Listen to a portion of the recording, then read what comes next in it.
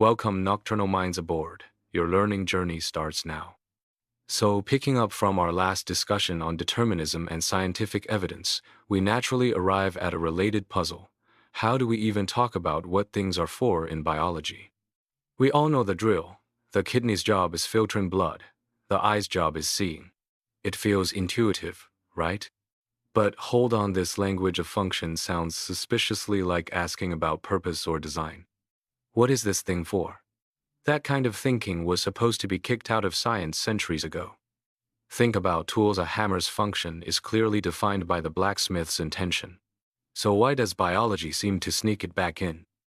This tension between how useful function talk seems and its apparent teleological baggage has kept philosophers busy.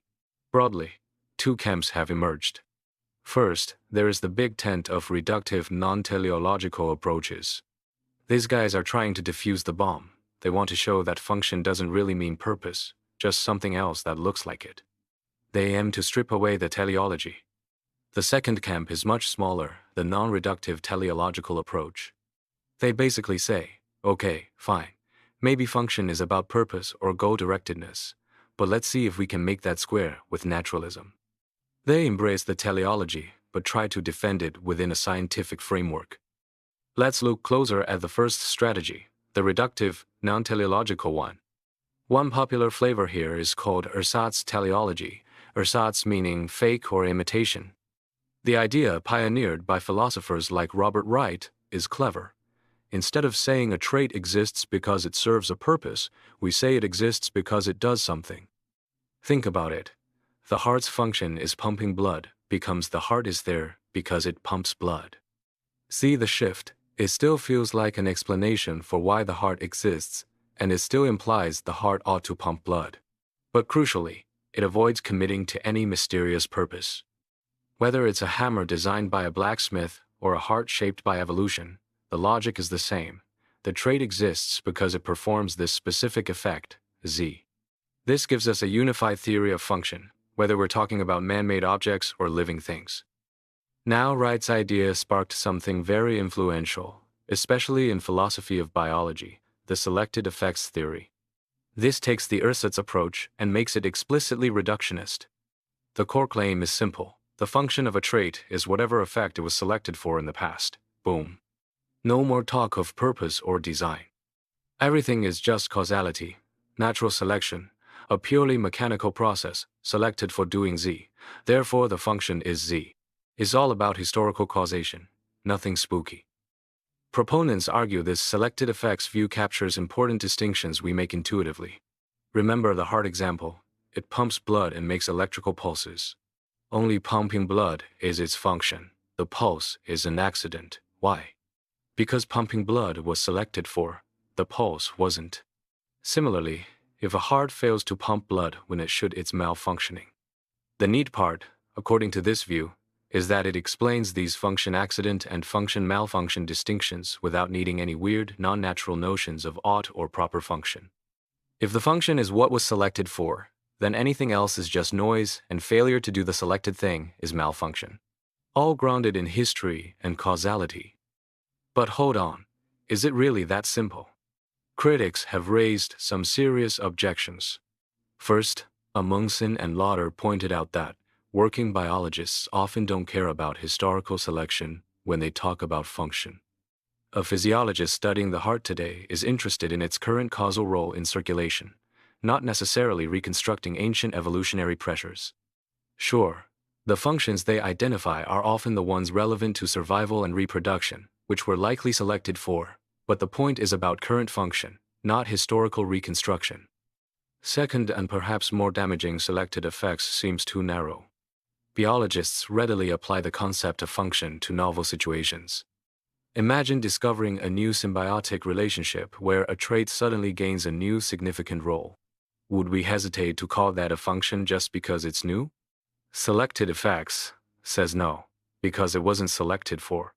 But biologists might say yes, it is a function now. It also misses that current functions explain persistence just as well as historical ones. The problems get deeper. Consider this. Suppose an existing trait starts doing something new and beneficial due to environmental change. It persists because of this new function, but maybe there wasn't enough variation in the population for natural selection to act on this new capacity yet. According to selected effects, it wouldn't have a function, even though it clearly does something important. Or think about competition. Imagine two traits, X and Y, both contribute to the same goal, Z, but Y is slightly better. So, X is being selected against and slowly disappearing. Would we say X still has the function of doing Z? Probably yes. Her selected effects would say no, because it's not being selected for. So, selected effects imposes two strict rules: must be historical, must be selected for, that seem to clash with how biologists actually use the term function. Okay, if selected effects is too restrictive, what else? Another angle is contribution to fitness. Thomas Nagel initially suggested defining function in terms of contributing to an organism's well-being. But critics shot down that idea quickly. Well-being sounds too much like the very teleology we're trying to avoid.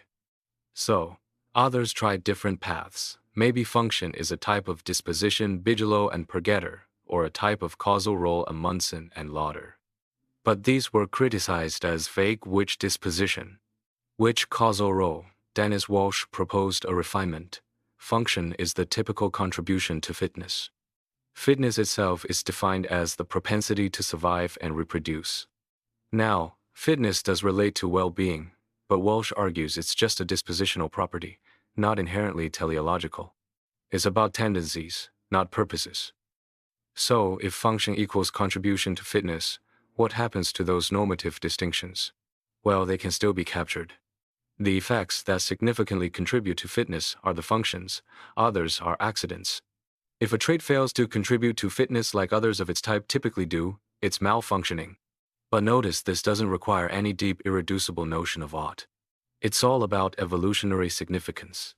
However, here's the kicker. This account struggles to explain why a particular heart exists in this particular organism. It explains why hearts in general persist in the population because they contribute to fitness.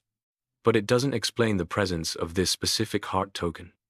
Compared to our initial intuitions about function explaining presence, this account seems to lose quite a bit of the explanatory punch we felt was there. Enter Robert Cummins, who took a radically different turn. He argued that the whole motivation for trying to capture teleology was a mistake. Function ascriptions, he claimed, don't explain why a trait exists, nor do they imply anything about what it ought to do. Their only job is to describe the causal role a part plays within a larger system. His formal definition is a bit dense, but the gist is, to figure out the function of X within System S, you first need to analyze how it achieves some overall activity. Puxi, then the function of X is simply the causal role, Fei, that X plays in enabling that overall activity Puxi. It's all about parts contributing causally to the whole. One big appeal of Cummins's causal role approach is its sheer generality. It seems to fit everywhere. Think about it. We talk about the function of nitrogen-fixing bacteria in an ecosystem, the function of ancestor worship in a society, the function of interest rate manipulation in the economy, the function of a carburetor in an engine, even the function of the ear in matching impedances. On the causal role view, all these functions are just describing some interesting causal contribution a part makes to the activity of the whole system. It provides a unified way of talking about function across vastly different domains, from biology to sociology to engineering. But as always, there's a catch. Critics hit back hard. First, they argue the causal role account is too promiscuous. If any effect can be a function depending on how you define the system and the analysis, then anything can be a function. My pen's function in relation to my desk could be preventing it from falling over. This seems to miss the point of using function language to highlight genuinely important causal roles. Second, it fails to capture the normative distinctions again. Remember, the heart, its electrical impulse, is an effect. If we consider the system to be the heart plus an ECG machine, then producing that impulse is a causal contribution. So on this view, the electrical impulse is a function. But intuitively, it's an accident relative to the heart's primary role. Similarly, if everything a part does is a function, then nothing can malfunction. If the heart stops pumping, it's not malfunctioning, it's just not doing that particular function. This seems deeply counterintuitive. Cummins' defenders have responses. Regarding specificity, they argue that function ascription isn't arbitrary. You always perform a functional analysis relative to a specific system and a specific activity you want to explain. You wouldn't analyze the heart's function relative to explaining the color of the room it's in. So, while theoretically possible to find many functions for any object in practice, we choose analyses relevant to our interests, making the function specific. For the normativity issue, they concede the account is explicitly non-normative, but they argue the function-accident distinction is pragmatic. When analyzing the heart's role in well-being, pumping blood is highly relevant. Electrical pulses are less so. It's a practical choice of focus, not a deep metaphysical norm. Similarly, malfunction is also pragmatic. We distinguish typical parts that work from atypical ones that fail relative to the analysis we're conducting. Now, remember the big worry about the causal role approach? It seemed unable to explain why a trait type persists in a population, a key explanatory use of function in evolutionary biology. Does it fail here too? Not quite. Proponents argue that evolutionary function is actually just a special case of causal role function. How? Just perform a Cummins-style analysis where the system is the entire organism, and the activity is survival and reproduction. The evolutionary function of a trait is then its causal role in enabling the organism to survive and reproduce. This is exactly what the contribution to fitness theories say. So, evolutionary function fits neatly within the causal role framework. Alright, let's briefly touch upon the minority view, non-reductive teleological function. As the name suggests, these folks say, let's face it, function is about goals and purposes. They believe this approach might actually better capture our intuitive sense of function, explaining why things exist. Think about a tool. Its function explains its presence because it was made for that purpose. Could nature be similar? Adherents like Thomas Nagel and more recently Karl Boers argue that survival and reproduction are the ultimate goals of organisms and function is simply contributing to those goals. The big hurdle. This openly embraces teleology, which many scientists and philosophers find philosophically uncomfortable. The main challenges for this view are twofold. First, what exactly is a goal? If a goal must be good or desirable, and if goodness is some non-natural property, then teleological explanations are bringing in non-natural concepts, which is precisely what naturalism aims to avoid. Second, and perhaps more problematic, consider the timing. If we say the function of a trait is to contribute to a goal G, and this function explains why the trait exists, but the trait exists before the goal G is ever achieved, how can a future goal explain the presence of a present trait? Doesn't this mean teleological explanations are secretly appealing to unactualized goals, things that haven't happened yet? That feels deeply unnatural. But defenders have pushed back, drawing inspiration from fields like cybernetics and the study of complex adaptive systems. Think about systems like organisms or even ant colonies. They exhibit goal-directed behavior, constantly adjusting themselves to maintain certain states like viability. In these systems, the overall goal-seeking behavior regulates the roles of the individual components. The system's drive towards its goals helps explain the nature and existence of its parts. So, maybe when an organism develops, its developmental goals like becoming a viable adult explain the presence and function of the developing parts. It's a form of natural teleology. This perspective claims to offer the best of both worlds. It's natural because it doesn't rely on unactualized futures or irreducible norms. It explains presence by appealing to the system's current capacity to achieve its goals. Yet, it's genuinely teleological because it does appeal to the goals of the organism. Importantly, they argue this isn't about some deep moral ought. It's more like Aristotle's hypothetical necessity: to achieve the goal, the part must do X. It's a conditional statement about what's necessary for the goal, not a prescriptive ought about what the part should do in isolation. This challenges the idea that teleology must be tied to irreducible normativity. Interestingly, this non-reductive teleological view seems to gain traction when we look at development. Organisms show incredible developmental plasticity. They adapt remarkably to produce viable adults, even under varying conditions. Each part can potentially develop in many ways, but the final outcome is heavily regulated by the organism as a whole to ensure viability. Explaining a specific developmental outcome seems to require talking about its contribution to survival and reproduction, and how the organism's drive towards those goals shapes the development. As evolutionary developmental biology becomes more central, some argue it might show that a robust, unreduced teleological account of function is indeed necessary after all. Okay, shifting gears slightly, let's talk about idealization. This is another massive theme in science, almost as fundamental as observation or experiment. What is it? Simply put, it's simplifying reality to make it tractable. We do it constantly. Think about Newton's first law, inertia. It describes what happens to an object with no forces acting on it. But are there any such objects in the universe? Probably not. Or the ideal gas laws. They work best for gases under specific conditions, and real gases deviate. Even in economics, we talk about perfectly rational agents, which is a huge idealization. It's not just in theory formulation. Applying theories involves constant idealization. We treat planets as perfect spheres, crystals as flawless, populations as if their fitness doesn't depend on how many individuals are in them.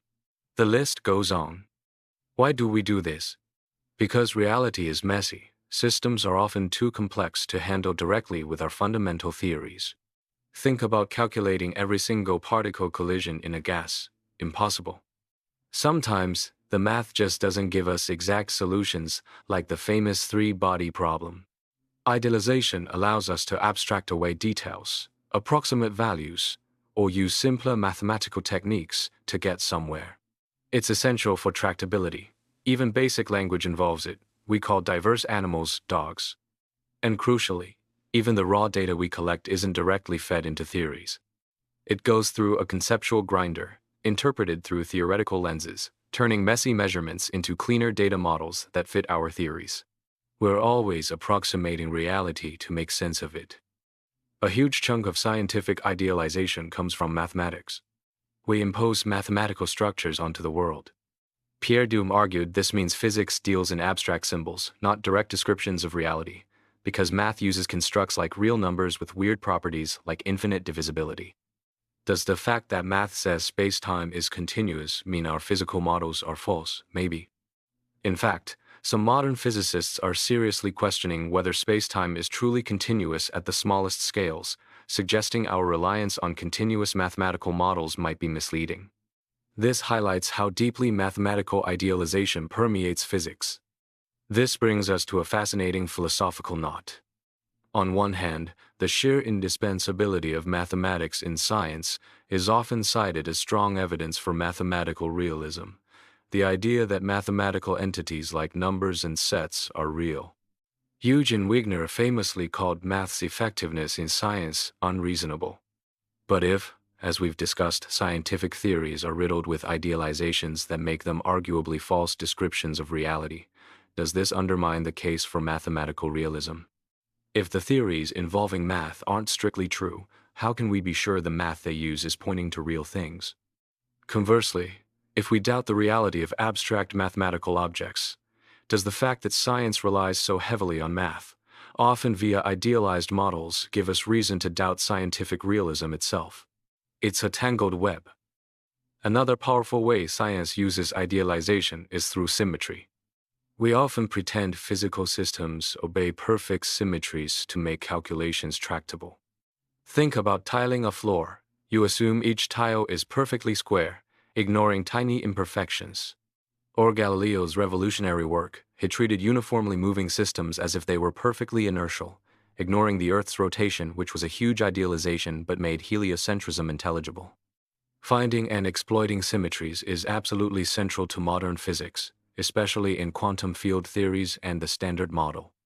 Symmetry idealization is a cornerstone of theoretical physics. How do we think about what scientific theories represent? The semantic view, championed by philosophers like Patrick Supps and Ronald Geer, focuses on models rather than abstract sets of axioms. Think of a theory as providing general principles, but a model is a specific construction using those principles to describe a particular system or type of system. Models are how we apply theories to the real world. They inevitably involve idealizations to make the real system manageable. As Hughes puts it, theories present a class of models, and within those models we represent the behavior of idealized systems. Theories are general blueprints. Models are specific, often simplified instantiations. Ernan McMullen offered a useful taxonomy of idealization. He distinguishes between simplifying the representation of the object itself, construct idealization, and simplifying the causal situation, causal idealization. Construct idealization can be further split. Formal idealization involves mathematically simplifying things we know are relevant, like treating the sun as stationary in planetary calculations. Material idealization involves leaving out irrelevant details, like ignoring the sun's composition for gravity. Causal idealization, meanwhile, involves untangling complex causal webs, either by designing experiments to isolate effects, experimental, or by imagining hypothetical scenarios, subjunctive. Nancy Cartwright made a very influential distinction, arguing for a sharp divide between two kinds of idealization. First, she called idealization the process of manipulating concrete situations, like imagining a perfectly smooth, frictionless surface. The laws derived this way are still empirical, approximate truths about real concrete things. Second, she called abstraction the process of stripping away details, including interfering causes, to get at fundamental laws. These laws, like Newton's first law or the laws of thermodynamics, don't describe the real world, only abstract models. They are not candidates for truth about reality. Cartwright's view has profound consequences. If fundamental laws are about abstract models, not reality, then they can't be universally true. They only apply within the idealized model. Real-world phenomena are linked to these models through intermediate phenomenological laws that are descriptive but not explanatory. She famously argued that even interpreting fundamental laws as ceteris paribus, all other things being equal, is insufficient, because there's always something else that isn't equal. This leads her to reject the idea that a single set of fundamental laws describes the world. Instead, she proposed a metaphysics of capacities. Fundamental laws describe the inherent tendencies or powers of things, not what they actually do.